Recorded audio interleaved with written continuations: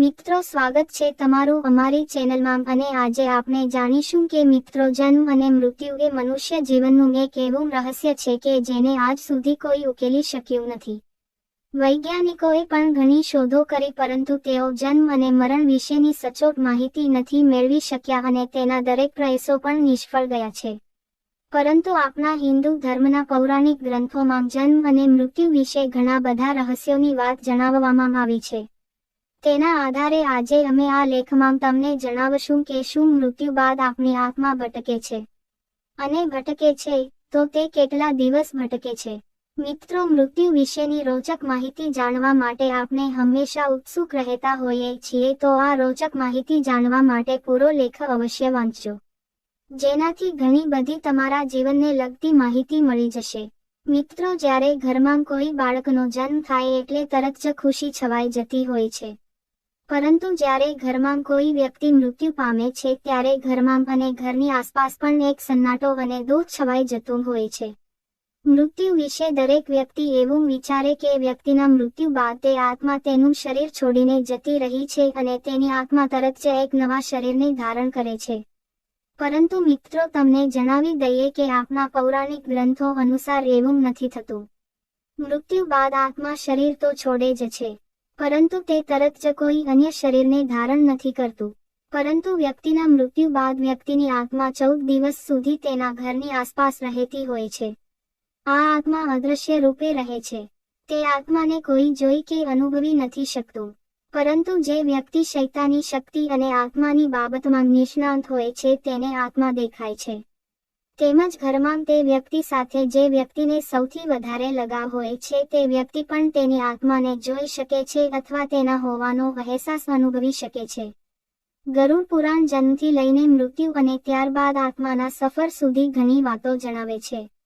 આ એવા રહસ્યો પરથી પડદો ઉઠાવે છે જેના વિશે જાણવાની જિજ્ઞાસા ઘણા લોકોના મનમાં રહે છે।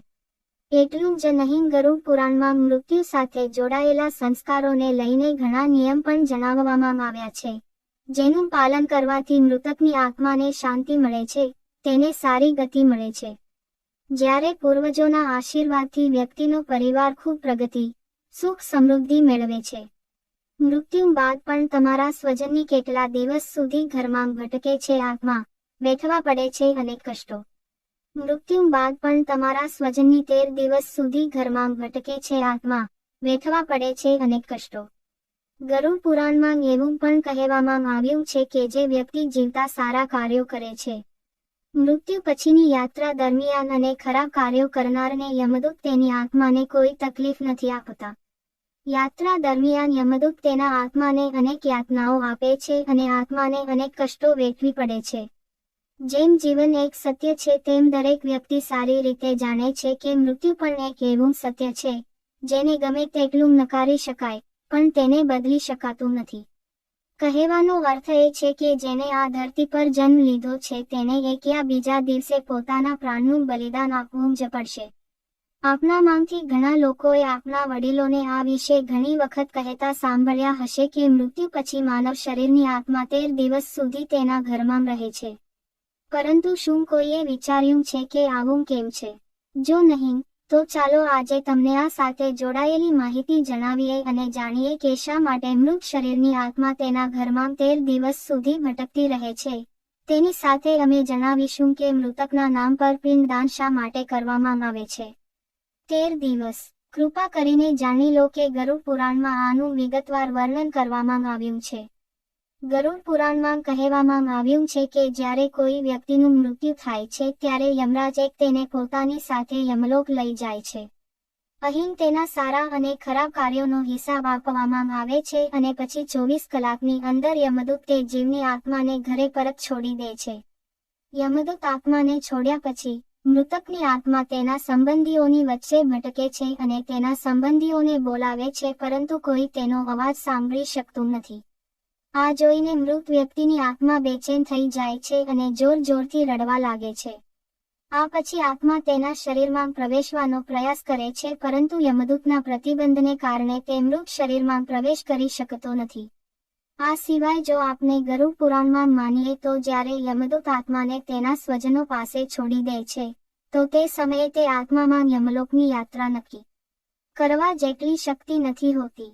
ગરુડ પુરાણ અનુસાર કોઈ પણ મનુષ્યના મૃત્યુ પછી જે 10 દિવસ સુધી વિધિઓ કરવામાં આવે છે તે મૃત આત્માના વિવિધ અંગો બને છે, અને જે 11મા અને 12મા દિવસે વિધિઓ કરવામાં આવે છે તેનાથી મૃત વ્યક્તિનું માંસ અને ચામડી અને આત્માની રચના થાય છે. જ્યારે 13મી તારીખે મૃતકના નામ પર પિંડદાન કરવામાં આવે છે ત્યાંથી જ તેઓ યમલોક સુધીની યાત્રા નક્કી કરે છે. એટલે કે મૃત્યુ પછી પિંડદાન મૃતકના નામ પર કરવામાં આવે છે. તેમાંથી જ આત્માને મૃત જગતમાંથી યમલોકમાં જવાની શક્તિ મળે છે. એટલા માટે ગુરુ પુરાણમાં કહેવામાં આવ્યું છે કે જ્યારે કોઈ વ્યક્તિનું મૃત્યુ થાય છે ત્યારે તેની આત્મા 13 દિવસ સુધી તેના સંબંધીઓની પાસેના ઘરમાં ભટકે છે અને તે પછી આત્મા મૃત સંસારને યમલોક તરફ છોડી દે છે, જેને પૂર્ણ કરવા માટે તેને 12 મહિનાનો સમય લાગે છે, એટલે કે 1 વર્ષ. અને એટલું જ નહીં, માન્યતા અનુસાર મૃતકના નામ પર 13 દિવસ સુધી કરવામાં આવેલું પિંડદાન તેના 1 વર્ષના ભોજન સમાન છે. પિંડદાન નહીં થાય તો શું થશે? આ સિવાય તમને જણાવી દઈએ કે ઘણીવાર લોકોના મનમાં આ સવાલ પણ આવે છે કે જો કોઈ મૃત વ્યક્તિના નામ પર પિંડદાન ન કરવામાં આવે તો શું થશે? મિત્રો, ચાલો તમને જણાવીએ કે આનું વર્ણન પણ કરવામાં આવ્યું છે ગરુડ પુરાણમાં. હા, મૃત વ્યક્તિ જેનું પિંડદાન ન થયું હોય 13મા દિવસે યમદૂત બળપૂર્વક તેને યમલોક તરફ ખેંચે છે અને આ દરમિયાન મૃત વ્યક્તિની આત્માને ઘણું દુઃખ સહન કરવું પડે છે. તેથી હિન્દુ ધર્મમાં માણસના મૃત્યુ પછી 13 દિવસ સુધી પિંડદાન કરવું જરૂરી માનવામાં આવે છે. આ સિવાય તમને જણાવી દઈએ કે 13મા દિવસે પરિવારના સભ્યો મૃત વ્યક્તિના નામ પર મિજબાનીનું આયોજન કરે છે. જો ઉધાર લઈને કરવામાં આવે તો મૃત વ્યક્તિની આત્માને શાંતિ મળતી નથી. એટલું જ નહીં, ગરુડ પુરાણમાં એવું પણ કહેવામાં આવ્યું છે કે જે વ્યક્તિ જીવતા સારા કાર્યો કરે છે મૃત્યુ પછીની યાત્રા દરમિયાન અને ખરાબ કાર્યો કરનારને યમદૂત તેની આત્માને કોઈ તકલીફ નથી આપતા. યાત્રા દરમિયાન યમદૂત તેના આત્માને અનેક યાતનાઓ આપે છે અને આત્માને અનેક કષ્ટો વેઠવી પડે છે. ગરુડ પુરાણમાં મૃત્યુ પછી જે તે જીવની શી ગતિ થાય છે તેના વિશે બહુ જ લખવામાં આવ્યું છે. જે તે સ્વજનના મૃત્યુ પછી તેના આત્માની શાંતિ માટે તથા વ્યાપક મોહ માયામાં ફસાયેલા સ્વજનોના મનના દ્વાર તથા જે તે સ્વજન શુભ કર્મ કરે તે માટે તે મૃત સ્વજન પાછળ ગીતા અથવા ગરુડ પુરાણ બેસાડવામાં આવે છે. મૃતાત્મા પાછળ દાન પુણ્ય તથા અન્ય વિધિ કરવામાં આવે છે. આ બધા પાછળનું શાસ્ત્ર આપણા કોઈ અંગત સ્વજનના મૃત્યુ પછી થતું આપણે જોઈએ છીએ, પરંતુ આપણે તેને સમજી શકતા નથી. આવો આપણા સ્વજન અથવા આપણા મૃત્યુ પછી કેવી અને કઈ વિધિ શા માટે થાય છે તે જોઈએ. મૃત્યુ પછી જે તે શરીરનો જીવ તે શરીરની પાછળ જાય છે. તે શરીરને સ્મશાનમાં બાળવામાં આવે છે, તેથી તેનો જીવ નિરાશ થઈ બીજો દેહ ધારણ કરવા મન વાળે છે. તે તેના રસ્તે પડે છે, બીજો દેહ ધારણ કરે છે. જો કોઈ જીવે કાળી મજૂરી કરી હોય, રાત દિવસ જોયા વગર વૈતરામ કર્યા હોય, પોતે ખાધું ન હોય, પુષ્કળ પૈસા પોતાની પાસે હોવા છતાં ફાટેલામ તૂટેલામ કપડાં, ચપ્પલથી ચલાવતો હોય, સારું ખાઈ પી શકતો ન હોય અને પેટે પાટા બાંધી પૈસા બચાવતો હોય અને આવો જીવ જો અચાનક મૃત્યુ પામે તો તે જીવ બીજા કોઈ દેહમાં જતો નથી, પરંતુ અવગતિએ જઈ પોતાના ધન માલનું રક્ષણ કરે છે. તેની પાસે પણ કોઈને ફરકવા દેતો નથી. કોઈ વખત આવો જીવ નાગનું શરીર ધારણ કરી પોતાના ધનનું રક્ષણ કરે છે. આવા જીવ ભયંકર પાપી કહેવાય છે. આવી સ્થિતિ ન આવે તે માટે આપણા શાસ્ત્રોમાં ત્રીજે દિવસે મુંડન તથા 10મું, 11મું, 12મું તથા 13મું કરવામાં આવે છે. 10મા દિવસે પિંડ વહેરવાની વિધિ મૃતાત્મા પાછળ કરાય છે.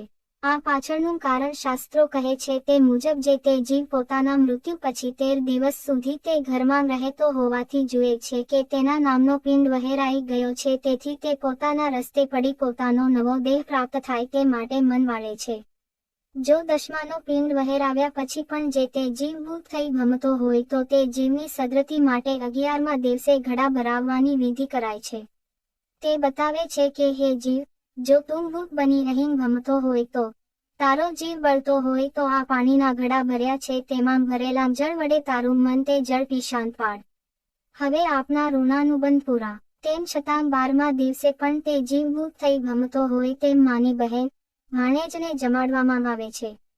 તેથી તે જીવને વિશ્વાસ બેસે છે કે તેના મૃત્યુ પછી દુનિયા તથા સ્વજનો તેના સંતાનોની કાળજી રાખશે, તેમને અધવચ્ચે ભટકવા નહીં દે. 13માના દિવસે પણ જીવ ભટકે છે તેવું માની તેની સજ્જા પૂરવામાં આવે છે. નવો ખાટલો, ગાદલાં, રજાઈ, ઓશિકાંગ, અનાજ, શાકભાજી, ચપ્પલ, છત્રી, દીવો, ચાંદીની હોડી, ચાંદીની ગાય, ચાંદીની નિસરણી મૂકવામાં આવે છે. આ બધામ પાછળ જે તે જીવને આ બધું તેની અંતિમ યાત્રામાં ઉપયોગી થશે તેમ માનવામાં આવે છે. આ બધું કરવા પાછળ જે તે જીવ પાછળ સ્વજનો દાન પુણ્ય કરે તથા દાન પુણ્યનો મહિમા વધે તે સિવાય બીજો કોઈ નથી. બ્રાહ્મણો તથા અન્ય કોમના લોકોને તે બહાને મદદ થાય તે ઉમદા વિચારધારા પણ છે. આ ઉપરાંત એવું પણ કહેવાય છે કે વ્યક્તિ જ્યારે પોતાના અંતિમ શ્વાસ ગણી રહી હોય એટલે કે તે મૃત્યુને ભેટવા જઈ રહી હોય ત્યારે જો તે કોઈ શૈતાની વ્યક્તિનું સ્મરણ કરે તો તે વ્યક્તિની આત્માભૂત બની જાય છે અને તે હંમેશા લોકોને પરેશાન કરવા લાગે છે.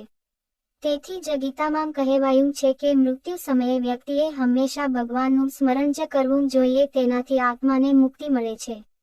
તમે પણ જોયું હશે કે કોઈ વ્યક્તિ પોતાના છેલ્લા શ્વાસ ગણી રહી હોય છે તો તેની આસપાસના વ્યક્તિઓ તેના સગા સંબંધીઓ તેને ગીતા સંભળાવતા હોય છે.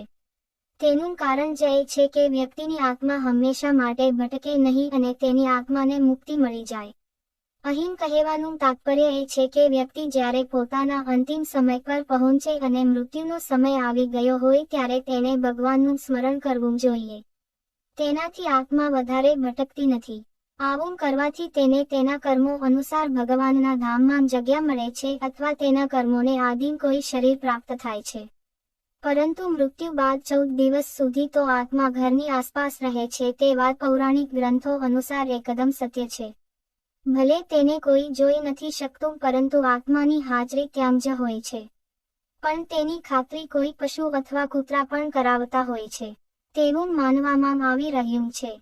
અમુક ખાસ પ્રકારના પ્રાણીઓ આત્માને પણ જોઈ શકે છે. તો મિત્રો તમારું શું કહેવું છે આત્મા વિશે, એ આપની આસપાસ હોય કે ન હોય? કોમેન્ટ કરીને અવશ્ય જણાવજો અને હવે ફરી મળીશું એક નવી કહાનીની સાથે. ત્યાં સુધી જય શ્રી કૃષ્ણ, જય દ્વારકાધીશ.